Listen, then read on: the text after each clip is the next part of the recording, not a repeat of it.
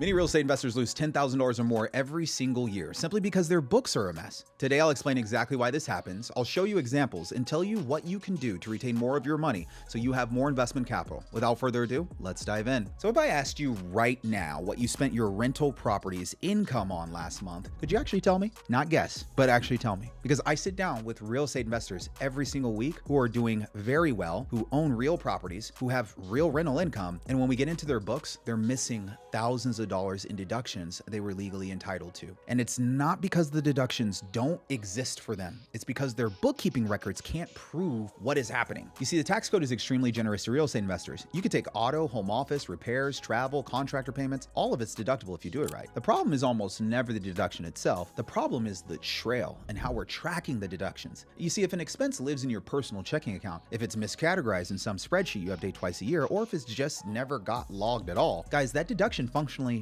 is gone. Your CPA can't claim what they cannot see, and the IRS doesn't take your word for it. And here's the part that makes it worse. The more properties you own, every one of these mistakes doesn't just happen once. It happens once per property, per category, per month, per unit, which is exactly how a handful of small gaps turns into a 5-figure number by April. And for some real estate investors, it's actually a 6-figure number, believe it or not. So let's go over 5 of the deductions I see investors lose the most money on. Number 1 is vehicle expenses. If you're driving to check on your property, you're driving to meet with a contractor, you're driving to do a walkthrough with a tenant, you're picking up materials at Home Depot, that mileage is deductible. And for a lot of investors with 2 or 3 properties, that adds up to thousands of dollars a year. Sometimes more if you're self-managing all of your properties. Run the math on it. 4,000 miles a year of a property-related driving at the standard mileage rate, which by the way, it's 72.5 cents per mile in 2026, is almost $3,000 in a tax deduction. That's not a rounding error, and that may not sound like a lot of money. That's real cash back in your pocket every single year for something you are already doing. I love cash flow. Here's where it falls apart though. Most people don't log the trip the day it happens. They think they'll remember it or they'll reconstruct it later for their calendar. By the time tax season rolls around, they're trying to rebuild something 6 months later from memory. And the IRS has been very clear that vague after the fact mileage logs don't hold up. So what happens? Either the deduction gets thrown out in an audit, or more commonly, the investor just doesn't claim it at all because they know they can't back it up. They know they can't prove it. That's real money gone because of a logging problem, not a tax law understanding problem. Example number 2 is the home office deduction. If you got a dedicated space in your home where you handle the books, you screen tenants, you deal with vendors, that space can qualify. And depending on how you calculate it, that's a percentage of your mortgage interest. It's a percentage of your utilities, your insurance, and even repairs to your home that you're now allowed to write off against your rental income. Even a modest home office, say 10% of your square footage, can translate into meaningful slices of your housing costs becoming deductible every single year. Small percentage, real money, every single year you own the home. The reason investors miss this one is always documentation. They never measure the square footage. They never separate the home expenses that should be allocated from the ones that shouldn't be allocated. And by the time their accountant asks for the numbers, I kid you not, it's a guessing game. And many tax professionals will tell you, I'd rather you not claim this than get flagged for something you can't substantiate. Let's try again next year. And that's really the pattern with all of this. And the only way any of this works is if your books are 100% clean, actually clean. When it comes to keeping your books clean, there is no better option than Baselane, a banking and bookkeeping platform built specifically for real estate investors. With Baselane, you can open dedicated banking accounts for every property or LLC. Your rental income and your rental expenses stay organized from day one, and the second a transaction hits your account, it's automatically tagged to the right property and the right tax category.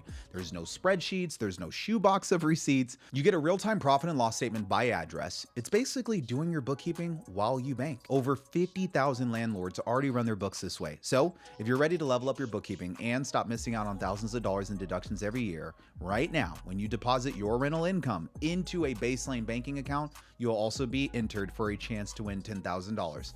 So if you're ready to simplify your banking and automate your bookkeeping, enter to win. You can check out baselane.com/Karlton. I've also left the link in the description below. Be sure to check it out. Now back to this video. Number 3, and this one trips up even experienced investors: repairs versus improvements. Aha! You see, a repair, like fixing a leaky faucet or patching drywall, is fully deductible the year you pay for it. But an improvement, like replacing a roof or renovating your kitchen, that has to be capitalized and depreciated over decades. 2 very different tax treatments, and the IRS cares immensely which bucket each one falls into. The mistake I see constantly is investors lumping every property expense into one generic maintenance category. That's the issue. Take something like an emergency HVAC overhaul.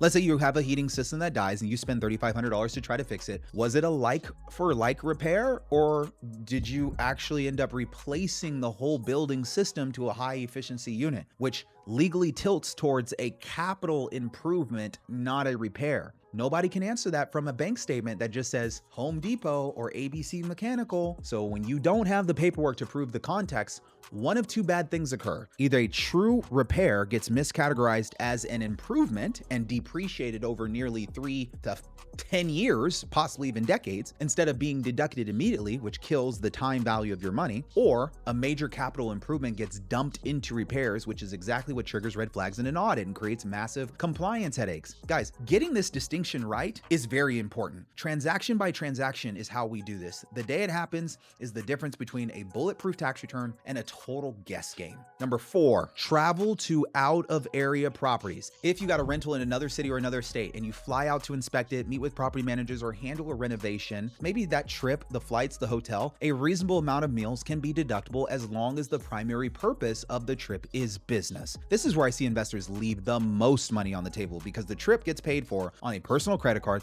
that's also used for the family vacation 2 weeks earlier, and by the time tax season comes around, nobody can separate the two. Or the investor combines a property trip with a few personal days, maybe a Friday flight out for a closing, and then a long extended weekend with the family tacked on, and then you never documented which expenses belong to which, so their accountant just throws the whole thing out rather than risk it. This is what happens all the time. A $2,000 trip that should have been a clean deduction becomes nothing purely because there's no record showing what was business and what wasn't. Don't allow this to happen to you. Number 5, and this is the big one, is contractor and vendor payments. A lot of investors pay their handymen, landscapers, their cleaners, and other service providers in cash, in checks, in Venmo, in PayPal, and any other app that they are being told to use. And yes, those can absolutely be legitimate business expenses, but when those payments are mixed in with your personal spending, your personal Venmo account, that's where the trouble starts. If you're paying contractors out of the same account you use for dinners, groceries, sending money to your friends and family, you create ambiguity. Later on, it becomes much harder to show what was actually a rental property expense, who got paid, what the payment was for, and which property is it related to. If there's no memo, there's no invoice, no receipt, no clean separation between personal and business, guess what? You're left trying to reconstruct the story after the fact. This is where the IRS typically wins. That's where investors get in trouble the most. I've seen people spend $15,000 to $20,000 on real property related work and expenses over the course of a year, but by the time we go back to trace it, a big part of the paper trail has magically disappeared into personal payment apps and mixed use accounts. No clear notes, no supporting data anywhere for me to go look at, no easy way to tie the payments back to the property. The expense may have been real, but when your records are messy, proving it becomes much harder, and the more ambiguity you create during the year, the more time, stress, and risk you create for yourself when it's time to actually do the books and prepare the tax return, which is why you should be doing your books in real time. So look at the patterns across all 5 of these items I just shared with you: auto, home office, repairs versus improvements, travel, contractor payments. None of these are exotic tax strategies. I'm not talking about a Rolex here. They're basic, legitimate deductions that exist specifically for people who own rental properties. The reason investors lose $10,000 or more per year at tax time isn't that the tax code isn't against them. It's that their financial life is scattered across personal accounts. It's scattered across random spreadsheets in Google and Excel, and then they're leveraging their memory. And by the time tax season shows up, there's no way to reconstruct it cleanly enough to claim what they owed. The fix isn't doing more bookkeeping once a year. It's making the bookkeeping a byproduct of how you actually run your business so that every dollar gets sorted by property the moment it moves, instead of being something you reconstruct under pressure in March for a tax deadline. Think about the difference between flossing once a day versus once a year right before the dentist appointment. One of those is a habit that costs you 30 seconds. The other is a painful, expensive scramble that doesn't even fully undo the damage. Bookkeeping works the exact same way. That's the entire difference between investors who walk into tax season relaxed and investors who are still digging through bank statements at 11 p.m. the night before their CPA's deadline. That's all I got for today's video. As always, I'm gonna continue to hit it to you real with the facts you need. But remember to check out Baselane if you want to streamline your bookkeeping as a landlord. The link is in the description below. As always, don't forget to like, comment, and subscribe. I'll see you guys in the next video. Cheers.